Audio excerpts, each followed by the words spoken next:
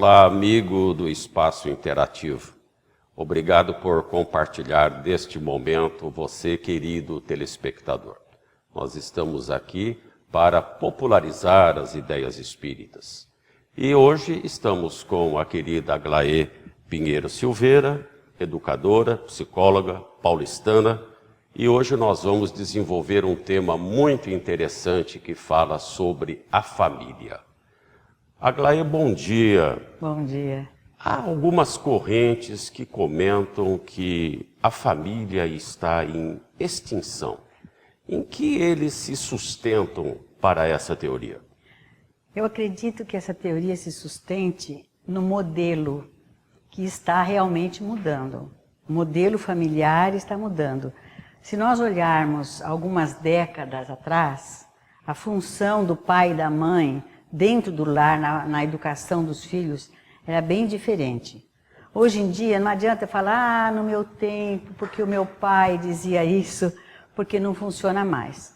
No entanto, com relação à família, eu acredito que ela é perene. A família é o lugar onde o espírito vem para se preparar para a sua tarefa uma vez encarnado. Essa família, na minha opinião, é perene. Então, assim, nós poderíamos dizer que para o conceito espírita, a família seria um fomentador do progresso? Sem dúvida. Um fomentador do progresso e mais, um acolhedor do espírito, até que ele tenha condições de começar a desempenhar o papel que ele próprio escolheu para essa encarnação. Então a família é aquele ninho acolhedor, dando oportunidade ao espírito de acordar, porque como nós sabemos, há um tempo para que o espírito tome posse de si mesmo. E é justamente esse tempo que é o mais importante para a família, porque vai plantando nesta criança que ainda não tem, com esta personalidade, os fundamentos, né, da vida, da sociedade, vai plantando as boas sementes. Agora nós percebemos que deste nosso tempo, que eventualmente nós comentamos, que mudou muito a sua bênção, meu pai. Hoje é falou. Como é administrar essa mudança nos dias de hoje? Eu acho que a sua bênção, meu pai, talvez pudesse ser mais vazia do que falou. O que nos chama a atenção não são as palavras, e isso eu estou falando com toda sinceridade. O que nos chama a atenção é a intenção.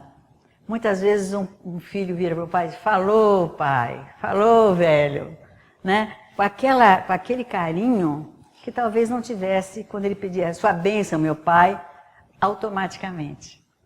E nós percebemos também, Aglaé, que nos dias de hoje, essa possibilidade dos envolvimentos sem um planejamento familiar, também podemos citar precocemente a maternidade e paternidade, elas influenciam de alguma forma nessa falta de estrutura do sentimento familiar para a sua conservação e adequação?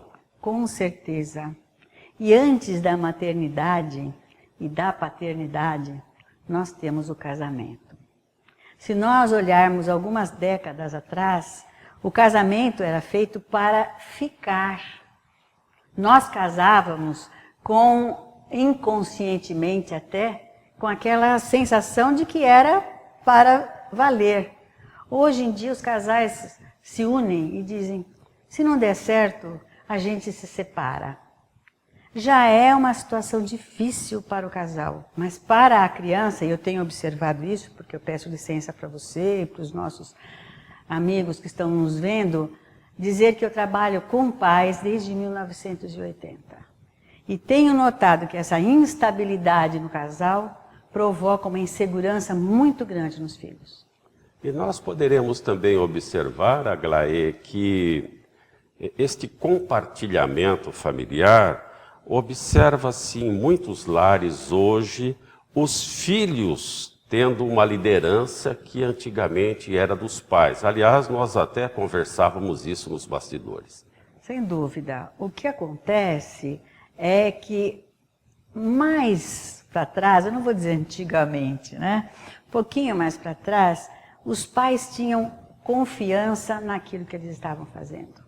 Por exemplo, para nós, os pais nos colocavam de castigo, nos repreendiam. Se nós gostássemos, muito bem. Se nós não gostássemos, era isso que eles queriam. Hoje em dia, eu noto que os pais têm muito medo de não serem amados. Então, eles não têm uma atitude firme diante da criança. A criança, notando isto, começa a fazer o que eu chamo de testes, para ver até onde ela pode ir. E isto tem consequências funestas. Causa insegurança, porque se não tem um comandante, como é que eu vou fazer? E hoje a gente até observa, né, Aglaé, crianças de 1, 2 anos, às vezes chegam a enfrentar os pais já com essa tenra idade, com a birra e outras colocações, e às vezes o pai não se manifesta, fica naquela posição, precisa que os meus filhos cresçam e aprendam a amar a liberdade. Mas liberdade é isso? A liberdade tem limites, deverá ter limites, né? E a criança, é normal, é natural que a criança faça birra. Por quê? Porque ela está testando até onde ela pode ir. Com um secreto desejo que você coloque, você pai, você mãe, coloque limites. Quando o limite não é colocado, a criança cada vez mais vai se tornando agressiva. E esta agressividade é sintoma de insegurança e de medo.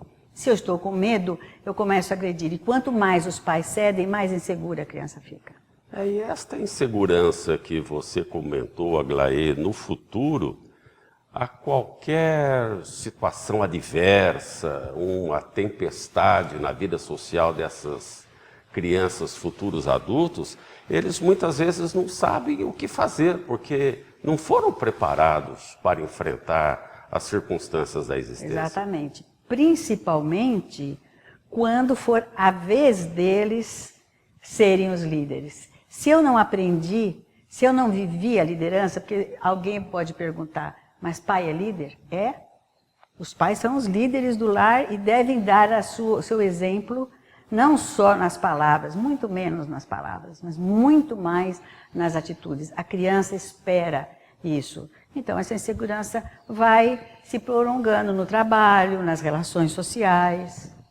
E esse laboratório existencial fantástico que é a família, em função dessas várias circunstâncias e situações que até agora nós comentamos, não faz com que esse agrupamento familiar sofra conflitos, e é isso que nós observamos em muitas famílias brasileiras? Sem dúvida. Os conflitos trazem um modo de viver dentro de casa muito conflitivo. Desculpa, eu até repeti, né? Mas muito, muito angustioso, né? Não só para crianças, como para os pais. Nós já fomos procurados por pais nos pedindo uma orientação. O que é que eu faço? Mas a criança, a essa altura, já tem os seus 4, 5, 10, 12, 14. Se você não consegue dialogar e colocar limites para uma criança de 3, 4 anos, como você vai fazer com um adolescente de 14? Eu acredito, Escaramuza, que a nossa família, como a nossa sociedade, está passando por uma transformação. Onde isso vai dar, eu vou ser sincero para você, eu não sei. Mas que nós precisávamos nos dedicar mais ao qual é o nosso papel, isso eu acredito. E hoje observa-se que os pais, antes era o pai provedor, a mãe a administradora, hoje ambos trabalham para a sustentação financeira do lar. Essa ausência do lar em vendo os filhos só à noite, poucas horas, não faz com que essa distância vá aumentando? É um dos fatores. Não é o único, mas sem dúvida é um dos fatores e muito importante. Eu gostaria muito que nós continuássemos a falar desse assunto, porque eu acho fundamental. Porque a família, ela carece de um pouquinho mais de esforço de todos os seus protagonistas para que ela tenha êxito na estada. Aglaé, esta adequação da família sustentadora, provedora do lar, financeiramente falando, nós gostaríamos de explorar um pouquinho mais. É difícil para o casal moderno se adequar a essa nova situação que as nossas mães, elas ficavam em casa só para cuidar de nós. Certo, o que é muito importante. Então nós temos um panorama que a gente precisa analisar. Primeiro é o nosso caldo cultural. Hoje em dia a mulher já não se adapta ao modelo antigo, de ficar em casa tomando conta dos filhos. E ficar em casa tomando conta dos filhos de má vontade é pior do que não estar. Isso é bem verdade. Mas, por outro lado, há necessidade da mulher de se realizar como pessoa, como ser humano. E nós temos que respeitar isto. Então, qual seria o ideal? O ideal é nós pensarmos, primeiro, quais são as nossas reais necessidades. Nós estamos trabalhando muito para conseguir mais dinheiro para viver melhor. O que é viver melhor? É chegar todo mundo cansado, depois de um dia extenuante de trabalho, e não ter ânimo para o diálogo, para olhar para um filho e perceber pelo olhar dele o que ele está precisando? Isso não é o ideal. Nós vimos outro dia na televisão, num programa de televisão, ficamos muito contentes, com famílias que resolveram ter uma vida mais simples, sob o ponto de vista financeiro, mas mais próximo, sob o ponto de vista moral. Então eu acho que nós não podemos ditar normas, mas elas estão escritas na nossa consciência e no nosso coração. Então, por essas situações todas que nós estamos fazendo nesse comentário sobre a família, Aglaé, ela sendo uma necessidade psicofísica do homem, nós não poderemos enxergá-la, apesar de, como algo que vai desestruturar, algo que vai ser corrompido pelo tempo. O apesar de é necessário. É necessário. É como eu disse há alguns minutos atrás, eu acho que ela está passando por modificações profundas, mas não vai se extinguir.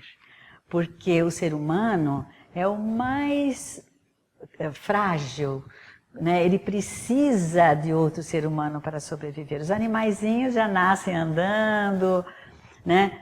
O ser humano precisa. Por quê? Porque o psiquismo é bem mais complexo. Fora isso, sob o olhar espírita, nós sabemos que é uma grande oportunidade, né? É como se nós estivéssemos fazendo um vestibular, prestando um exame para começarmos numa nova oportunidade. E isto é o início da encarnação. Então podemos dizer com certeza, Aglaé, que a família é uma reunião espiritual no tempo. Com certeza, grande frase. É uma família, é um núcleo no tempo que precisa ser cuidado.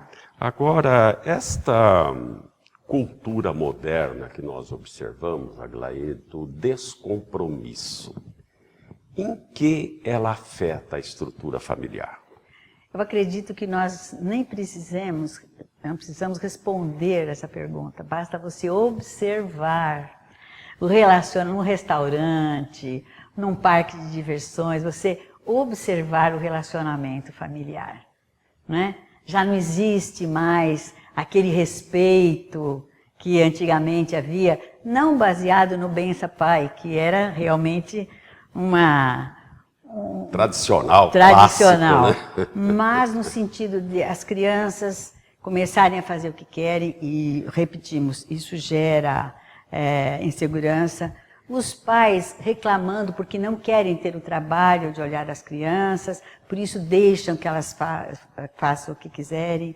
Eu já vi muitas vezes, e eu gostaria até de dar um exemplo, eu estava num supermercado e uma criança de menos uns 2 anos, ela estava gritando sentada num carrinho de supermercado, desses carrinhos que a criança vai sentadinha numa cadeirinha. E ela gritava, e ela gritava, e ela gritava. Eu falei assim, e tentava ficar sentadinha. Eu falei, ela deve estar cansada, porque muito tempo nessa posição. Acontece que a mãe passou pelo caixa um suquinho, abriu e deu para a criança. E a criança, naquele mesmo momento, aquietou. E eu, como educadora, como psicóloga, como orientadora de pais, eu fiquei pensando, meu Deus, como vai ser essa criança quando tiver mais velha? Porque ela estava o estímulo da compensação, né? Não, ela atendeu a necessidade da criança e a criança ficou absolutamente quieta. Ou seja, você faz o que eu quero, que eu fico quieto. Se você não me atender, eu vou gritar até todo mundo vir me socorrer. E isso vai se prolongando cada vez com maiores exigências. Aproveitando esse seu gancho, Aglaé, de quieta, observa-se nos lares de hoje, em função da tecnologia avançada, a família ficar quieta quando chega à noite, cada um vendo quais foram as últimas notícias do Face, do WhatsApp, etc. E parece que a prosa foi colocada em segundo plano. Como você vê isso? Você está otimista, escaramuza. Segundo plano é muita coisa, né? É como eu te falei, há um caldo cultural. E nós estamos imersos nesse caldo cultural. E muitas vezes fazemos coisas sem pensar. Nós não reparamos que um está no notebook, o outro está no telefone, o outro está na televisão e que não há interação alguma. Mesmo as refeições, que eram momentos de trocar ideias e tudo mais, hoje ela é presidida pelo silêncio, porque um está vendo a notícia da televisão, às vezes notícias trágicas, e nós não podemos estar longe do fato de que nós estamos imersos no mundo energético e que nós absorvemos tudo que está ao nosso lado e que a televisão é uma janela geralmente aberta para más notícias, para tragédias. Então nós estamos, junto com a nossa refeição, nós estamos inalando, vamos dizer assim, tudo aquilo. E não há uma interação familiar, o que na minha opinião é o mais grave. E aproveitando, Aglaé, nós podemos observar também que a mídia, ela contribui muito, estimula muito, uma vez que o canal é livre, basta você ter o controle sobre o controle remoto, que muitas vezes os pais não têm, ela estimula muito o consumo. Para atingir um determinado sucesso na vida, você precisa seguir o que a televisão te induz.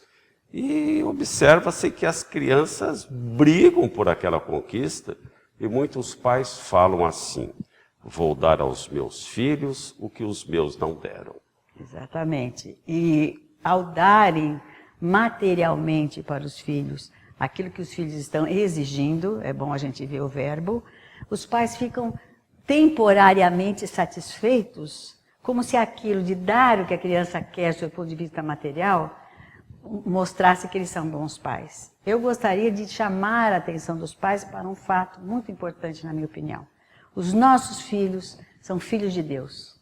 Deus confiou em nós e os colocou nos nossos braços para que nós os orientássemos.